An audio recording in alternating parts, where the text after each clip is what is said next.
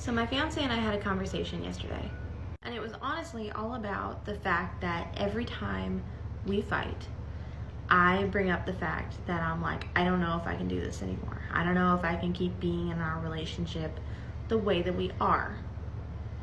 Got it? And keep in mind, it's like every time we fight, every time. So my fiance, he was in a traumatic situation where his ex-fiance used to do that, and she would like rip off the ring and she'd like throw it in his face and be like, I don't want this anymore. Keep in mind, I've never taken off the ring out of spite. I never have.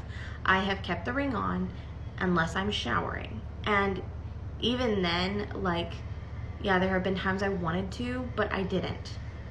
My fiance was like, why do you bring that up every time we fight? And I'm like, I have good reason. And he was like, no, well, why do you bring it up every fight? Because all you're trying to do is hurt me, and it's working, and all I'm trying to do is like, I'm trying to understand why it is you want to keep just ending this relationship. Why do you just want this relationship to end? Like, what's the problem, right?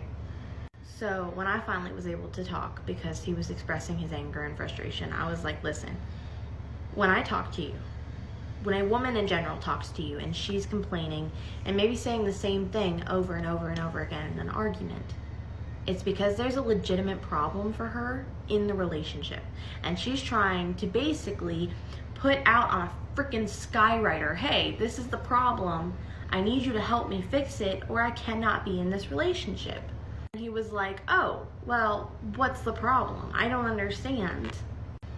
I've literally told you 1 billion times. Every time we fight, I tell you.